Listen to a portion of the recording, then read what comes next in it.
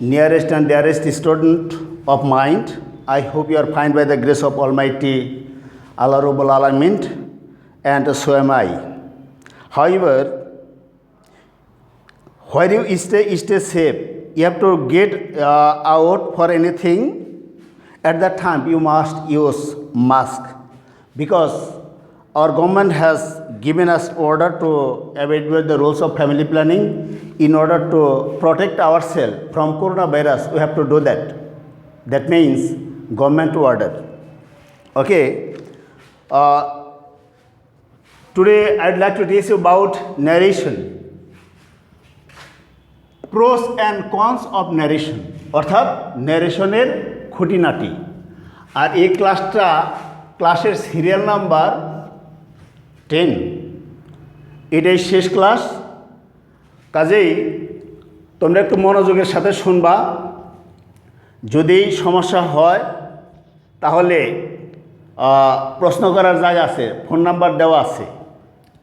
1 নম্বর নিয়ম, if you get asked, replied, cried, murdered in a direct narration at the time of indirect narration, such type of verbs will be no sense. অর্থাৎ যদি কোনো সেন্টেন্সে ask,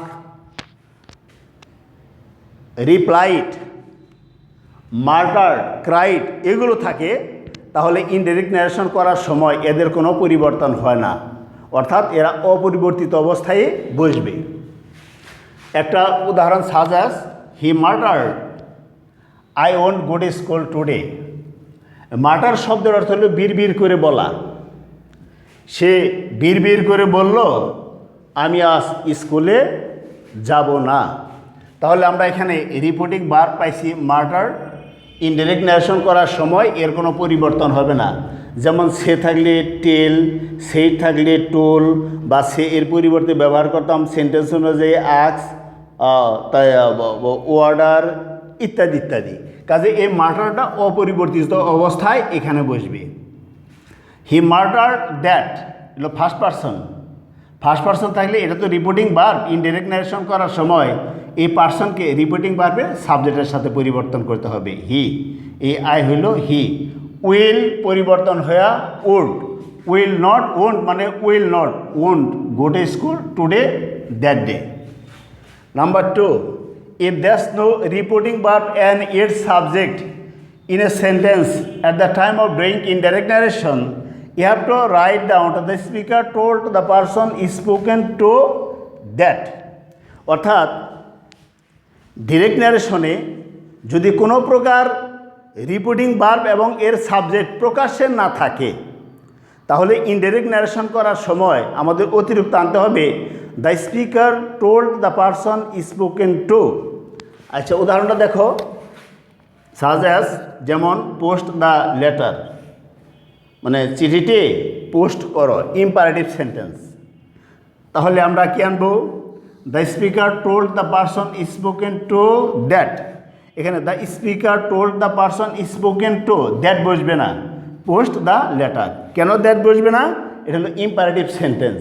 আমরা আগেও পড়েছি ইম্পারেটিভ সেন্টেন্সের ইনডাইরেক্ট ন্যারেশন করতে গেলে রিপোর্টিং ভার্ব সে এর পরিবর্তে order, request, advice, forbid, comment ইত্যাদি বসে। আর ইনভার্টেড কমার পরিবর্তে বসে টু। কাজে টু পর্যন্তই সীমাবদ্ধ থাকবে।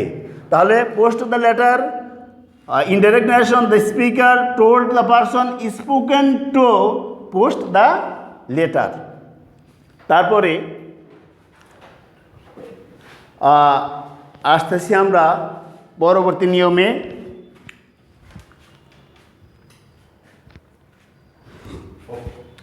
এখানে লেখছে I will wait for you, আমি তোমার জন্য অপেক্ষা করব।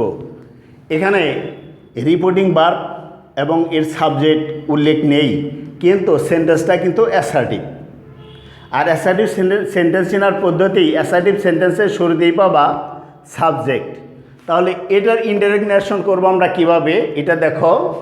The speaker told the person spoken two, এখানে আসবে দ্যাট। এই যে ইনভার্টেড কমা, যেহেতু সেন্টেন্সটা অ্যাসার্টিভ সেন্টেন্সের ইনডাইরেক্ট ন্যারেশন করতে গেলে ইনভার্টেড কমা এর পরিবর্তে দ্যাট বসে। I will wait for you. Answer, the speaker told the person spoken to that he বলতে কে? ওই স্পিকার, এই স্পিকারের এস ওড ওয়েট ফর হিম, এই হিম কে? এটা হলো পারসন। এই জন্যেই যদি এখানেও হি লাগলাম, এখানেও হি লাগলাম, হিম লাগলাম, তাহলে কি হবে? আমরা কার সাথে পরিবর্তন করলাম? ওই সমস্ত ওয়ার্ডের প্রথম অক্ষরটা এভাবে লিখে চিহ্নিত করে দিলে সবচেয়ে উত্তম, ভালো হয়। তাহলে I will wait for you assertive sentence indirect narration কীভাবে লিখব? The speaker told the person spoken to that he বলতে স্পিকার, উড উইল পরিবর্তন হয়ে উড ওয়েট ফর হিমকে কার জন্য অপেক্ষা করলো? পারসন, এই পারসনের পি। অথবা এভাবে লিখতে পারো, the speaker told the listener that he would wait for him. The speaker told the person spoken to that, অথবা বিকল্পভাবে লিখতে পারো, the speaker told the listener. যখন এই লিসেনার লিখবা তখন তোমাকে, যেমন স্পিকারের এস, যখন লিসেনার তখন দিতে হবে এই হিম দ্বারা কাকে বোঝাইছে? লিসেনার, শ্রোতাকে বোঝাইছে। আবার যদি কোনো সেন্টেন্সে ইয়েস বা নো এরকম থাকে, তাহলে ইনডাইরেক্ট ন্যারেশন করার সময় ইয়েসের পরিবর্তে লিখতে হবে রিপ্লাইড ইন দ্য অ্যাফার্মেটিভ। আর যদি নো থাকে তাহলে লিখতে হবে নো এর পরিবর্তে replied in the negative. Such as, Mala said to Sheela, Mala শিলাকে বলল, are you doing anything now? Sheela said yes. Mala শিলাকে বলল, তুমি কি এখন কোনো কিছু করছো? শিলা জবাব দিল ইয়েস। তাহলে দেখো ন্যারেশনটা কীভাবে লিখছি, মালা আস্কড শিলা, যেহেতু সেন্টেন্সটা ইন্টারগেটিভ আর ইয়েস নো কোশ্চেন, এই কমার পরিবর্তে আসলো ইফ।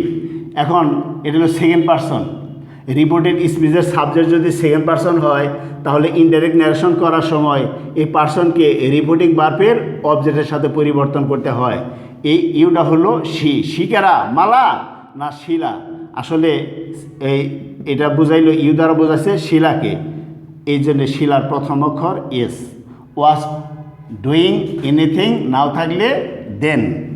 আবার এখানে Shila said yes, Shila replied in the affirmative. তাহলে আমার মনে হয় বুঝতে পেরেছ। যদি এখানে নো থাকতো তাহলে আমরা লিখতাম Shila replied in the negative. Yes থাকলে রিপ্লাইড ইন দ্য অ্যাফার্মেটিভ, আর যদি নো থাকে রিপ্লাইড ইন দ্য নেগেটিভ। তারপরে সেন্টেন্সটা দেখো, the sentence is assertive to look at, but at the last of a sentence, if you get note of interrogation, at the time of doing indirect narration, you have to use being surprised at the first of a sentence. অর্থাৎ সেন্টেন্সটা দেখতে assertive sentence শুরুতে থাকবে subject, কিন্তু সেন্টেন্সের শেষে ব্যবহার করছে নোট অফ ইন্টারগেশন, অর্থাৎ প্রশ্নবোধক চিহ্ন। সেন্টেন্সটা টোটালি অ্যাসার্টিভ, কিন্তু সেন্টেন্সের শেষে এই প্রশ্নবোধক চিহ্ন আছে। দেখো, অ্যাসার্টিভ সেন্টেন্সের শুরুতেই সাবজেক্ট আছে, কিন্তু শেষে প্রশ্নবোধক চিহ্ন আছে, তার মানে সেন্টেন্সটা ইন্টারগেটিভ হয়েছে। বলার ক্ষেত্রে এরকম আমরা করে থাকি। এরকম যদি হয় তখন ইনডাইরেক্ট ন্যারেশন কীভাবে করবে? তুমি ভাবতে পারো সেন্টেন্স অ্যাসার্টিভ, তাহলে অ্যাসার্টিভ সেন্টেন্সের নিয়মে করি। আবার ভাবতে পারো যে শেষে নোট অফ ইন্টারগেশন অর্থাৎ প্রশ্নবোধক চিহ্ন আছে, তাহলে ইন্টারগেটিভ সেন্টেন্সের নিয়মেই করি। তখন তুমি দ্বিধাদ্বন্দ্বের মধ্যে থাকবে। ওর জন্য একটা নিয়ম, সেন্টেন্সটা দেখতে অ্যাসার্টিভ, কিন্তু সেন্টেন্সের শেষে যদি প্রশ্নবোধক চিহ্ন থাকে তাহলে ইনডাইরেক্ট ন্যারেশন করার সময় সেন্টেন্সের শুরুতে লিখতে হবে বিং সারপ্রাইজড। সেন্টেন্সের শুরুতে ব্যবহার করতে হবে বিং সারপ্রাইজড। এই চিহ্নটার কারণেই অতিরিক্ত তোমাকে সেন্টেন্সের শুরুতে লিখতে হবে বিং সারপ্রাইজড, তারপর আসল ন্যারেশন শুরু। এটুকুর কারণেই আসলো বিং সারপ্রাইজড, যেহেতু সেন্টেন্সটা ইন্টারগেটিভ সেন্টেন্সের ইনডাইরেক্ট ন্যারেশন করতে গেলে রিপোর্টিং ভার্ব সে থাকলে আস্ক আর সেই থাকলে আস্কড। এরকম সেন্টেন্সটা দেখতে অ্যাসার্টিভ, শেষে যদি প্রশ্নবোধক চিহ্ন থাকে এটা ইয়েস নো কোশ্চেনের সমান। এই জন্যই ইনভার্টেড কমার পরিবর্তে ইফ। এখন দেখো এখানে কি আছে সেকেন্ড পারসন, রিপোর্টেড স্পিচের subject second person. Indirect narration করার সময় একে রিপোর্টিং ভার্বের অবজেক্টের সাথে পরিবর্তন করতে হবে। ইউ মি পরিবর্তন হয়ে সেন্টেন্সে হলো আই, কারণ মি কোনোদিন কোনো সেন্টেন্সের সাবজেক্ট হতে পারে না, এই জন্য মি এর নমিনেটিভ কেস হলো আই লিখতে হবে। আবার রিপোর্টিং ভার্ব পাস্ট টেন্স থাকলে ইনডাইরেক্ট ন্যারেশন করার সময় রিপোর্টেড স্পিচও পরিবর্তন হয়ে অনুরূপ পাস্ট টেন্স হয়। Present indefinite, past indefinite, present continuous, past continuous, present perfect, এই জন্যই হলো পাস্ট পারফেক্ট। আবার সেন্টেন্সটা দেখো, হি সেইড টু মি, সে আমাকে বলল, ইউ হ্যাভ ডান ইট, তুমি এটা করেছ। সেন্টেন্সটা অ্যাসার্টিভ, শেষে প্রশ্ন, যদি কেউ বলে তুমি এটা করেছ, ইয়েস অথবা নো, যে তুমি এটা করেছ, ইয়েস নো কোশ্চেন। এই জন্যই আমরা এটার কারণে আনবো সেন্টেন্সের শুরুতে being surprised, he asked me if I had done it, সে আমাকে বলল তুমি এটা করেছ। আমি বিং সারপ্রাইজড, অবাক হয়ে সে আমাকে বলল যে আমি এটা করেছি কি না। Okay, thank you very much, may Allah bless you, where you stay safe, thank you so much.